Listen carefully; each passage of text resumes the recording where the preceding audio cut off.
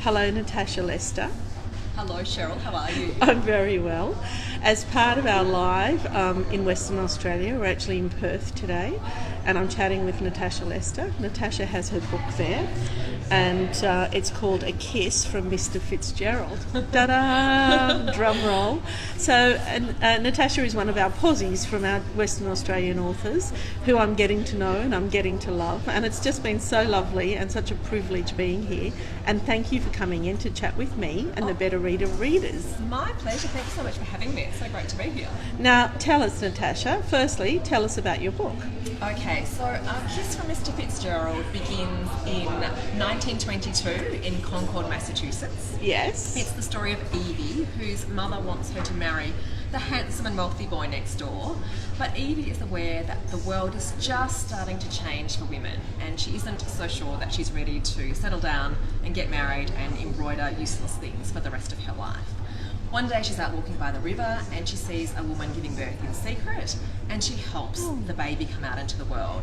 And the experience is so profound and shocking for Evie that it makes her realise what it is that she wants to do, which is to become one of the very first group of women going through medical school in New York City. So the book is about her struggle to be accepted into medical school, because it's a very scandalous thing for women to study medicine at that time. It's about her fight to be allowed to practice as a doctor, and in fact as an obstetrician, which is even more scandalous. And it's also about her struggle to get society to accept that women can actually be doctors, and her quest to find a man who might love her in spite of what she does. Oh, wow.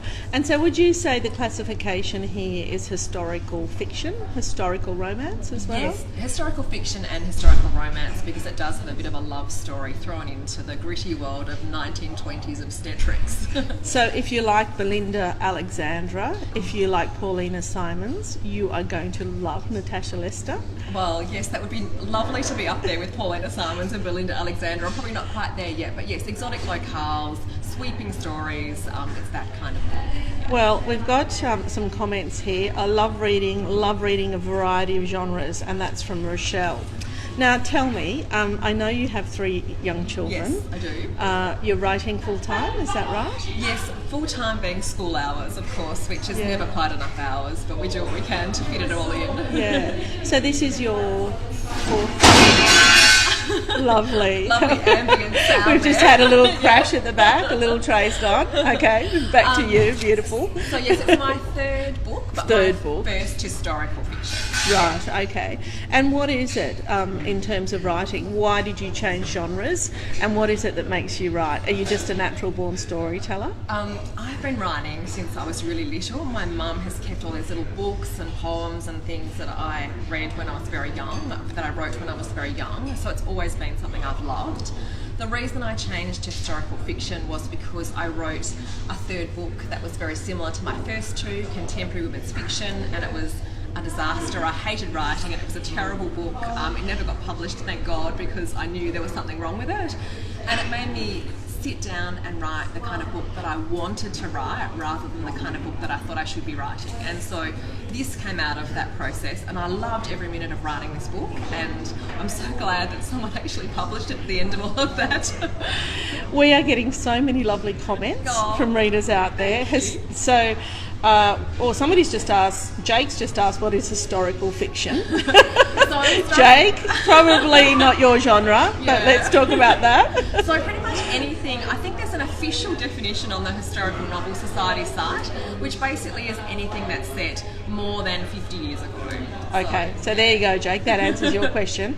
There's Claire. There's a couple of people saying, I can't wait to read it. I'm going to read it. There's a couple of people saying that they love live videos. So we're chatting with Natasha Lester, and we're talking to her about her book. Do you want to hold it up for us again?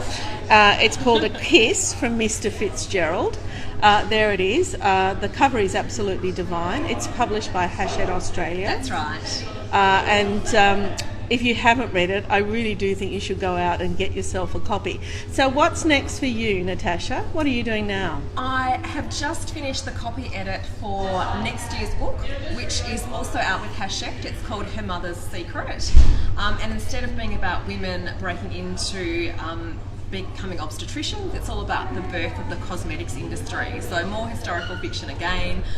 It's about the fact that at that time, just in the very early part of the 1920s, women wearing makeup was deemed to be this hugely scandalous thing, even though there were far worse things going on in the world.